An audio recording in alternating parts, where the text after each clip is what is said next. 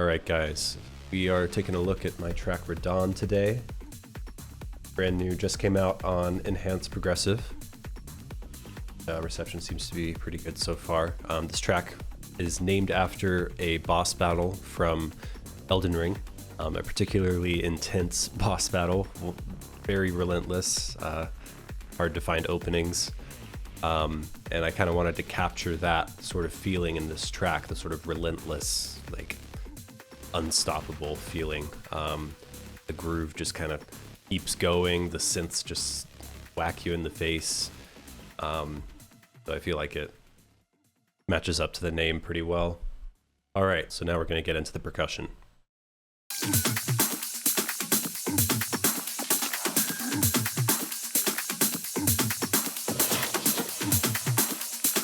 We'll just go top to bottom. Start with the clap. There are 2 clap layers. This one just hits right on that downbeat. And then we've got this other clap here. Kind of a weird one. I think this is also from the Murtaugh sample pack. A sort of unique clap sound. I put the Haus effect on it to add some wideness to it. And then, of course, just cut out the low end. So when you layer these together, it sounds like this. Nice with this kick here. Up next, we have some loops. Let's listen to all of them all together.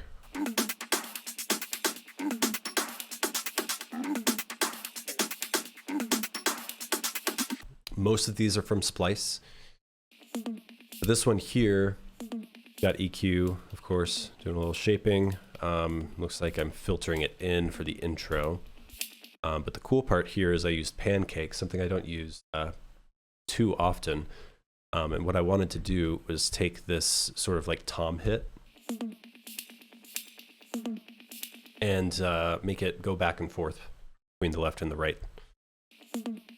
It's on the left, on the right, and it just keeps doing that. Next up, like this one. No processing on this, so this is just the way it comes. Yeah, this is a really neat loop here. From Splice, I believe. Just some EQ on that, nothing crazy. Next up, these were some later additions to add a little bit more groove. So I edited this a little bit. That's what it is originally, so I just made it repeat a little bit before it does that kind of fill. Next up, kind of a similar rhythm to that other loop, but this one's much more focused in the high end.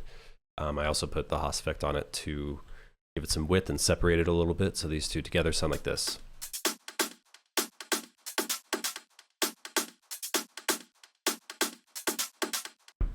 Next up, we have the effects loops.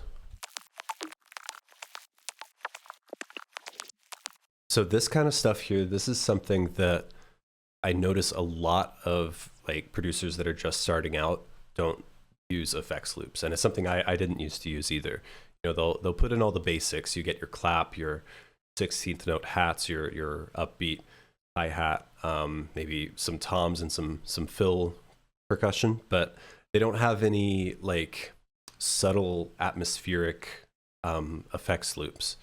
So I would highly recommend going on Splice and searching specifically for effects loops and trying to find some sort of unique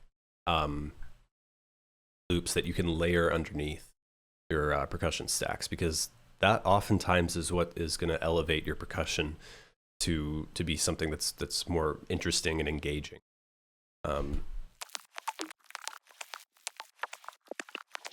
Like just like weird stuff like this. A lot of these are just straight up loops that I found, but I'm also going to show you kind of how I make them a bit more rhythmic So we'll start out with this one. So this is what it sounds like on its own. So this is something that you can very easily layer in to your percussion stacks. You could literally, like if you have a nice mic, you could just find some paper and like crumple it up and then find a nice loop in there and just loop it. And then all you have to do is throw some sidechain on it.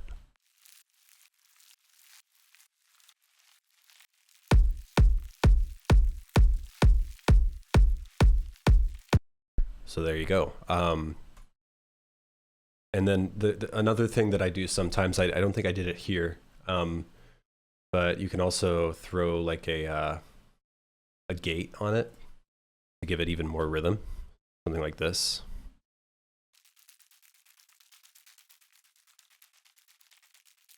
Almost turns it into kind of like a shaker. So I do that sometimes as well. Let's check out this next one.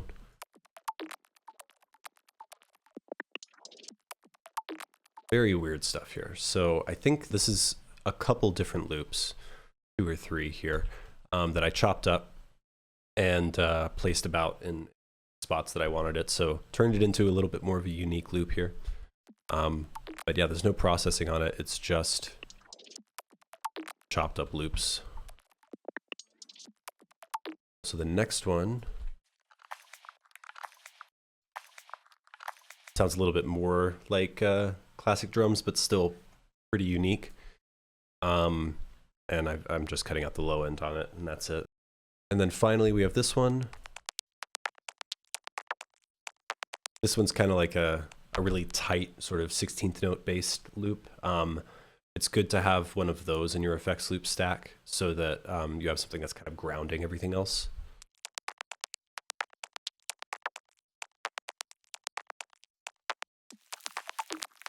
All of them together now. EQ, cutting out the low end. Compression to kind of tame a few of those peaks, and then finally kickstart. Give it a little bit more pump. Moving on, cymbals. We have a crash. Pretty basic. Just some EQ, highlighting the area that I want it to be highlighted. Fading it out here. Pretty much it, not too much to say. That's only during the drop. Next up, we have Big Hat. And in most of my like hard-hitting sort of techno-inspired tracks, I usually have this Big Hat channel. So that really stabby hi-hat, kind of layered with a ride as well. So there's usually 2 layers to it. You know, there's the ride.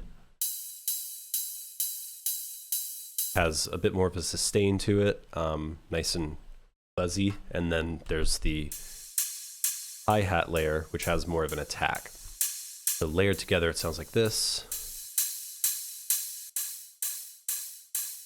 That's what it sounds like on its own. Not great. First thing to add, Valhalla Room sizzle plate. Gives it some more sizzle.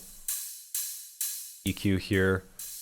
Getting rid of a frequency that was a little bit harsh.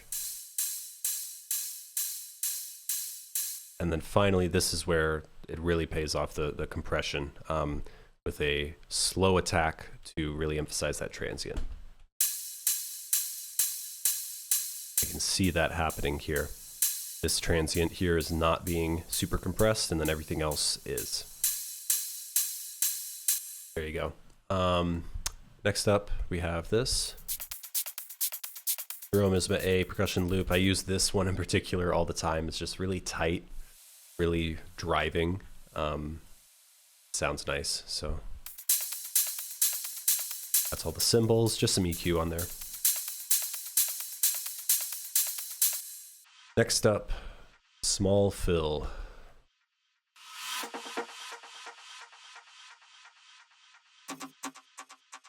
So I don't know exactly where these are from. Oh, this looks like a loop actually. Okay.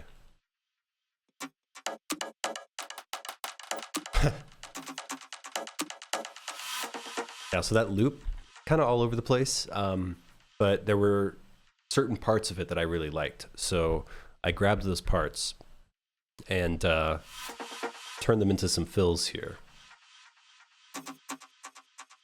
So it's got delay on it, of course, doing a ping pong, and then just some EQ. And that's alternating throughout pretty much the entire track here. All right, next up, bonks.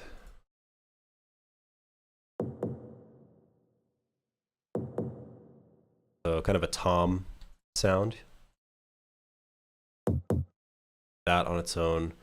I tried messing with disperser, but not really what I was going for, so I'll get rid of that. So reverb, dark medium hall. Next up, EQ. Cut out that sub area and really emphasize the low mids here. Then auto pan, so that it goes back and forth. So this next one here should be on the left now. There you go. Subtle like stereo imaging like that with your percussion can really go a long way. My advice is to always make sure that it's balanced. So if you have a sound on the left, make sure it has some sort of response on the right, so that it doesn't feel off balance. One of the principles of mixing like rock music when you have like a full drum set is to actually pan specific drums all the way to one direction and not move it around. That works for rock, but it does not work for electronic music. It just causes everything to sound unbalanced. So you know, if you have a hi-hat that's hitting on the right, you're going to need another hi-hat or a similar sort of sound that's hitting on the left at a different time, to kind of balance it out. Next up, moving on to the toms. This is where a lot of the groove comes from here. I'm going to play it with the kick.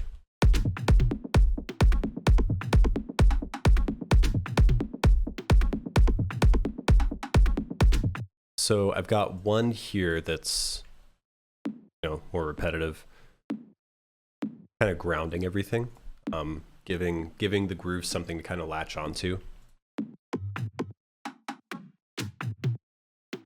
This one, you know, it's kind of all over the place. But with that one, kind of gives it a little bit more of a leg to stand on. It still kind of sounds a little all over the place though, so that's where these other loops come in. These help to ground it even further.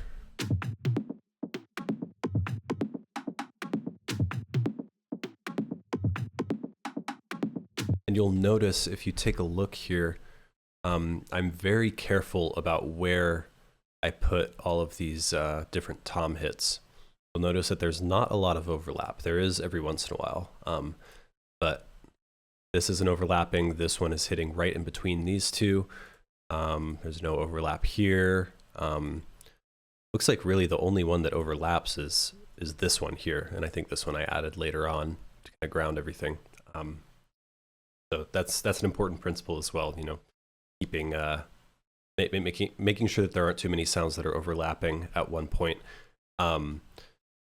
That's important with percussion, but also particularly important with bass. So all that's on here is EQ. This one here has some fine EQ. Cutting out one of those frequencies that I wasn't too happy with. The whole group here. Check this out. So it starts out fully open like this.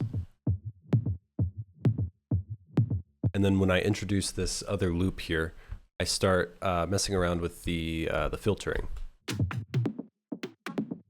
So these percussion hits, the tom hits here, I didn't want the low end of those to be coming through. Oh, and I think actually this goes right hand in hand with the bass. So you should see that when I play this, when the bass comes in, that's when the frequency here goes up.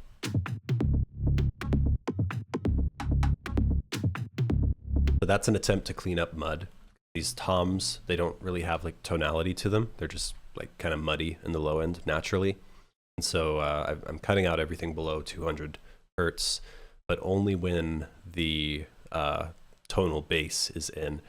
When the bass isn't in, I leave the sub from the toms in. So they're kind of trading back and forth Goes back to that call and response thing.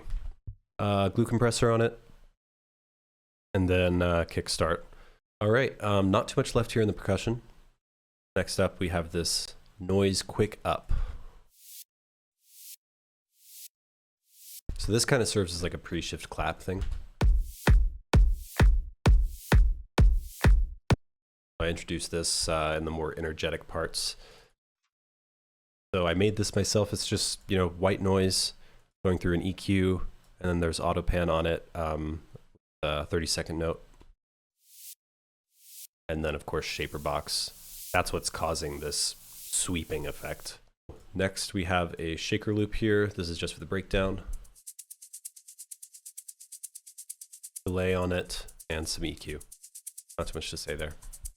Next up, reverbed hits. So I think these last two channels here were pretty late additions after I got some feedback to add some stuff, some more like unique percussion stuff. So this is what I added.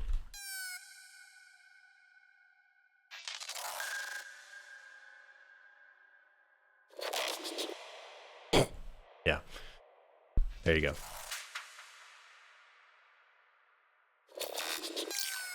So yeah, these are from some sample packs. Looks like dubstep packs actually. So yeah, that's just a little sort of like siren hit.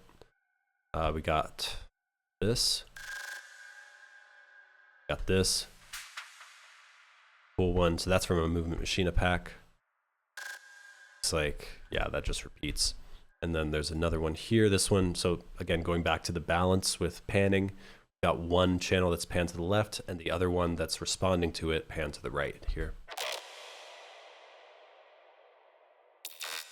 These are all going through the same channel here. All of them have some reverb on it. Q and then OTT. Make everything the same level. And then I've got another channel here that has some sort of similar sounds, except this one doesn't have any reverb on it. So this provides a little bit of contrast.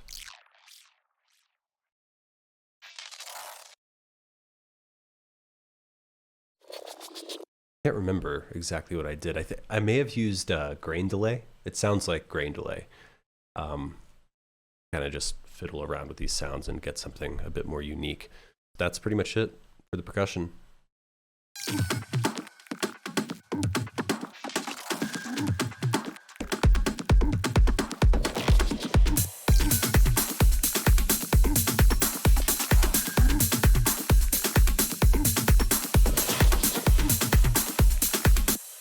So the moment that I'm sure you all have been waiting for now, we're going to talk about the bass. I think the way I'm going to do it is I'm going to turn everything off and build it up.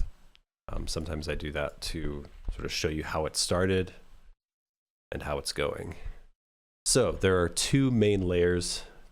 This is the first one here. Super simple here. It's just two oscillators. Both of them are saw waves. One of them's up an octave and detuned a little bit more than the other. And then there's just some portamento on it.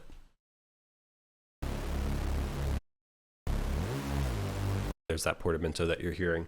The pattern itself it's messing with that tritone. So you've got the tonic note, it goes up an octave, and then it goes to that tritone, which is directly in between both of those, which is, you know, naturally pretty dissonant.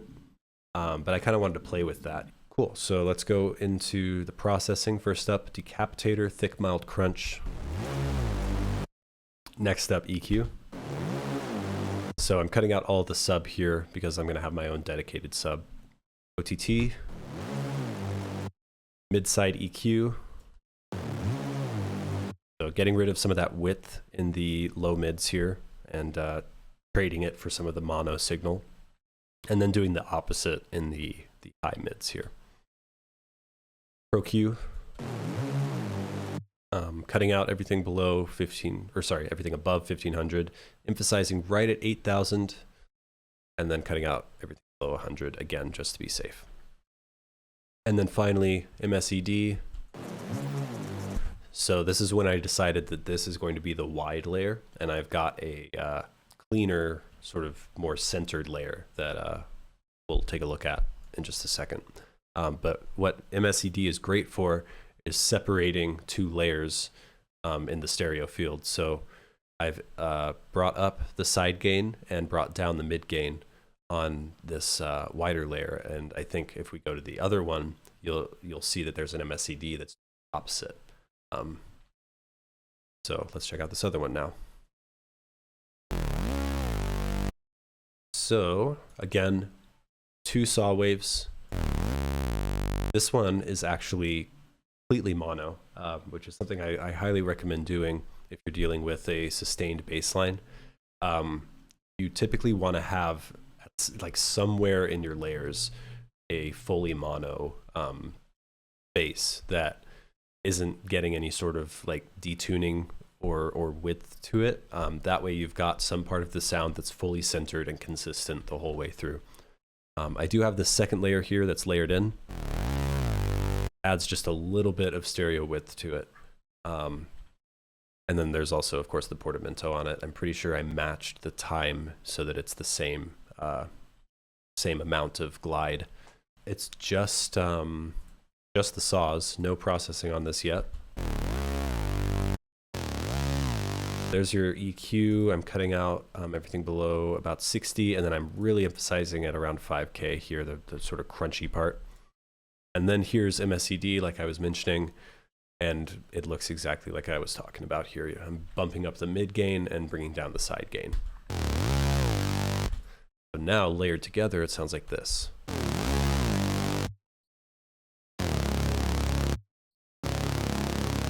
So on this group, we have FabFilter Micro. This is a great filter if you want to get like a little bit of subtle saturation in your sound as you're bringing up the filter. If you're looking for like a clean filter, do not use Micro. Definitely just use, you know, the basic Ableton EQ. But it's really great if you're trying to get sort of a little more crunch and drive. But yeah, so this I am using. Slowly bring up high end. Next up, just some EQ. Again, cutting out everything below 60 to be safe and bumping up the high end to make it a bit more crunchy. And that's the main bass sound. So next up is the sub. My recommendation with subs always is to go simple. You know, don't add any width. Don't distort it too much. Keep the ADSR pretty normal, you know, like I don't have any crazy like slow attacks or long release times or anything. It's just, you know, basic stuff. And my other recommendation is don't just use a sine wave, use a saw or a square wave, depending on what you're going for. Saw wave is going to be more driving. Square wave is going to be more hollow. But yeah, so here I definitely went for a saw. There are 3 layers. That's the main one. Tough to hear at the moment. This one is up an octave. And this one's actually down an octave, just the sine wave. So next up, sausage fattener. This is the most that I'll do on a sub. Is a little bit of sausage fattener.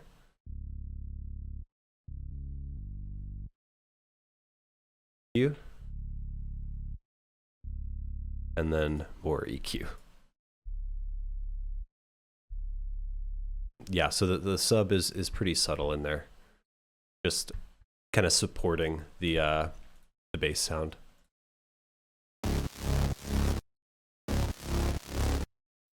Actually, I'll go over here to the drop where the sidechain is just turned off. There we go.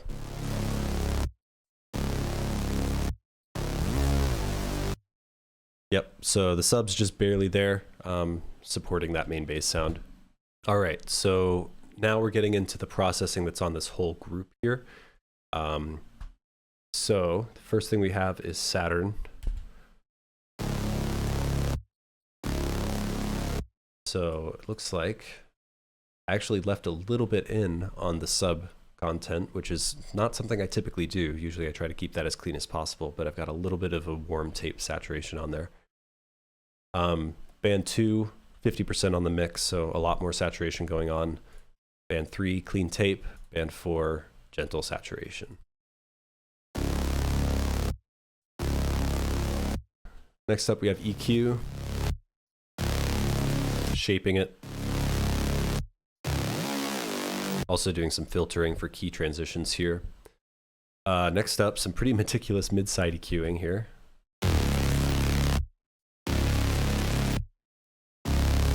Wow, that mid-side EQing makes a big difference.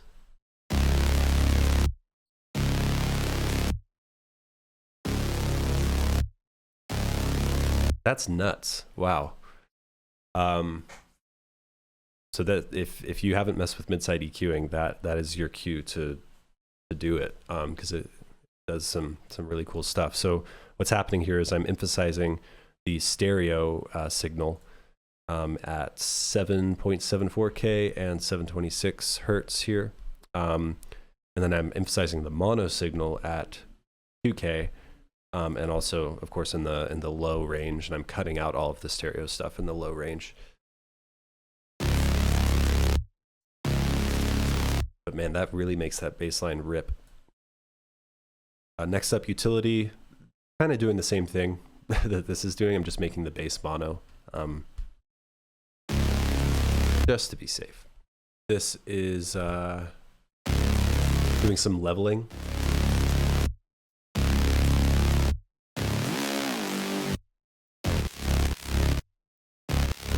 So when you have a bass that has a lot of like width and detuning going on and distortion as well, naturally going to get some fluctuations in peak levels in certain frequency bands.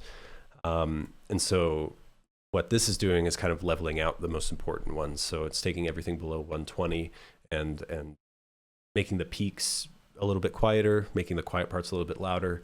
Same deal here for the low mids. So for things like this, you definitely want to use a fast attack and release so that it can react as quickly as possible to the signal. Some more compression here.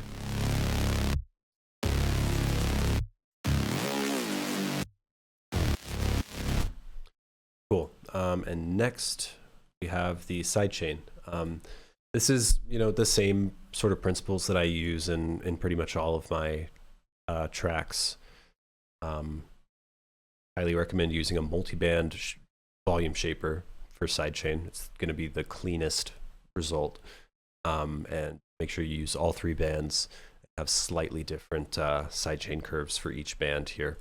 It looks like, so usually with the mid band, I actually dial the mix down a little bit, but I actually kept it up all the way here because I really wanted that pumping effect. The high band, I've got it at 50%, so you're not quite getting as much of that pumping effect with the high end. But yeah, let's check this out with the kick now. Another recommendation with sidechain is I use two volume shapers. I use one multiband one to give that that pumping effect, and then I use a second basic kickstart with the shortest possible curve here, just to get the kick attack cutting through consistently. Finally, we're going to talk about the processing here on this group. So the first thing that's here is Phase Mistress. This was, again, kind of a late addition just to add a little bit movement to the sound. So on its own, it sounds like this. But during the builds, I bring up the mix for Phase Mistress here.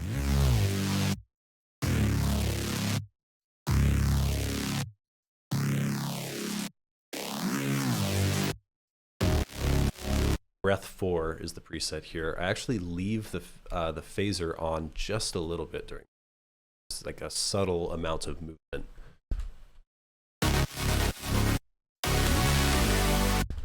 I've got Endless Smile on here. Typically, I try to not use Endless Smile too much, but I used it for this this build right here.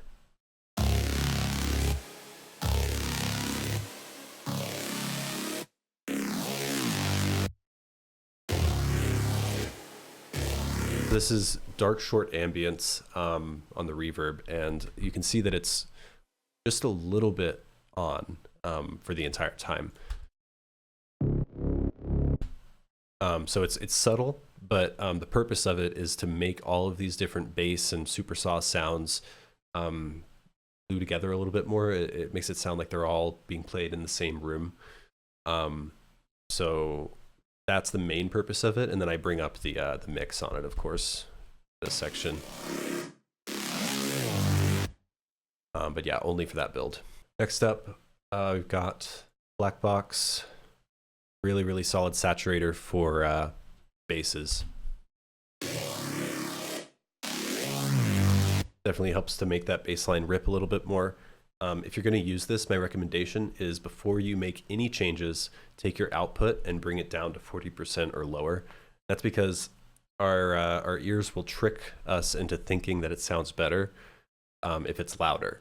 So I always bring down the output first and then start messing with these distortions and the saturation and all this stuff, and then I'll A/B it and go back and forth and see, does it actually sound better, or am I just muddying up the sound and making it sound worse? Sometimes, you know, dialing back on the mix can be what you need to do if it sounds a little bit too muddy, but it's got some like high end to it that's nice. But I left the full mix on here because I thought it sounded pretty good. Obviously going for a very distorted sound here, so it worked well. Next up, some EQ, just bumping up the high end, and then finally that kickstart that we talked about earlier. Cool, so yeah, that's it for the bass line here. As I said, a very condensed version of this walkthrough is going to be up on the enhanced behind the track channel. But the full version, of course, is going to be up on Patreon, as it always. Also got all of my other project walkthroughs up on Patreon. There's a lot. A great resource for any producers that are looking to improve. So yeah, that's going to do it for today. Thank you guys for hanging. Hope you learned something.